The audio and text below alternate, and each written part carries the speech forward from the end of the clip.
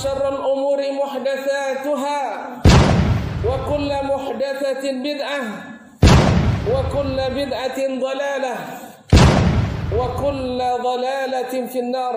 Hadis yang datang dari Hudzaifah di mana Nabi berkata, iqtadu billadzina min ba'di Abi Bakar wa Umar. Ikutilah orang-orang yang sesudah saya, Abu Bakar dan Umar. Berarti dengan perintah langsung dari Nabi. Bahkan kalau untuk khulafa ar-rasyidin, itu ada sunnah khulafa ar-rasyidin yang diperintahkan oleh Nabi untuk diikuti. Kalau yang di sini yang disebut adalah Abu Bakar dan Umar. Itu menunjukkan ketinggian derajat dua sahabat ini.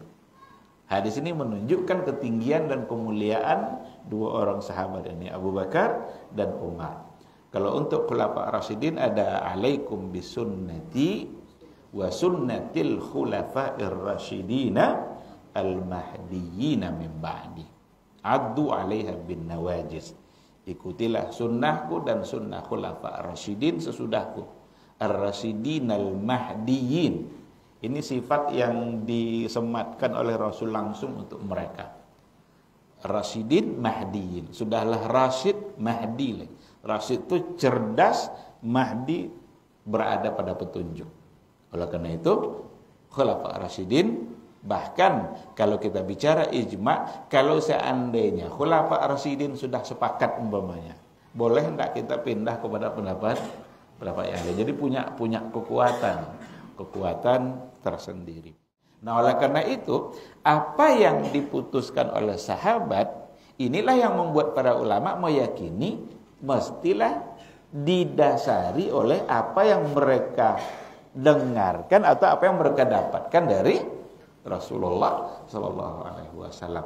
Disitulah kekuatan hujah mereka. Atau mungkin memang mereka beristihad dan menetapkan sebuah hukum.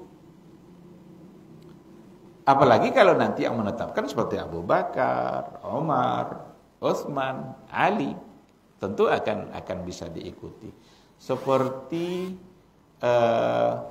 menetapkan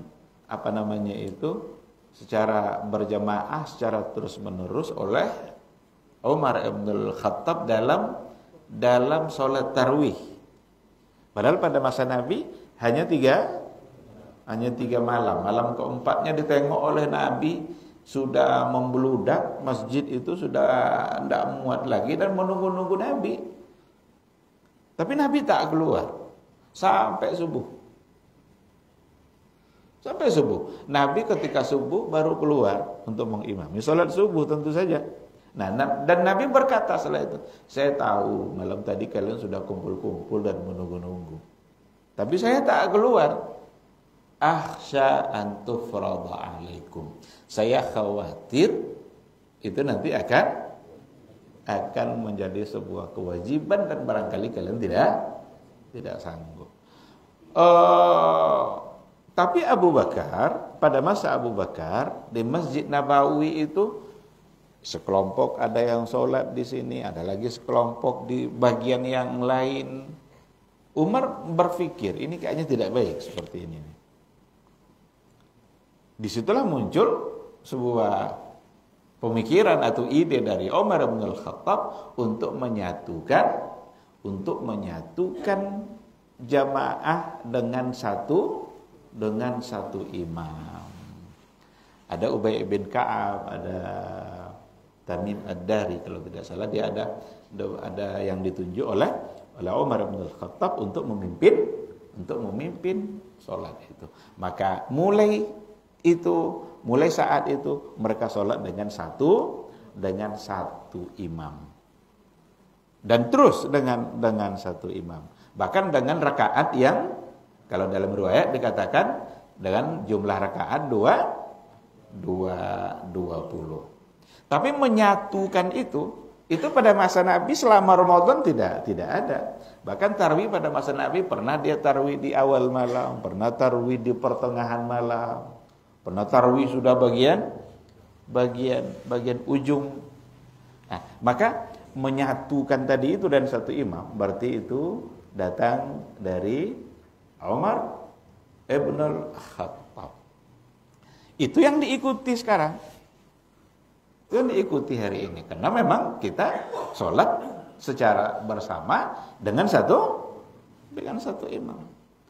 Nah, ketika kita jadikan qaulus sahabi, ketika para ulama menjadikan itu sebagai hujjah, qaulus sahabi, maka perbuatan kita menjadi benar karena itu bisa dipegang sebagai hujjah apa yang dikatakan oleh qaulus sahabi.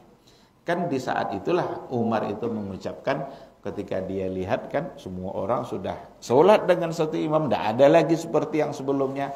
Disitulah beliau mengucapkan kata ni'matul bid'atu hadhihi. Ini adalah bid'ah yang paling nikmat. Ni'matul bid'atu hadhihi, nikmat bid'ah yang paling baik. Cuma kadang-kadang disalahgunakan pula dalil ini sebagai dalil untuk memperkokoh eksistensi bid'ah hasanah. Itu yang ini.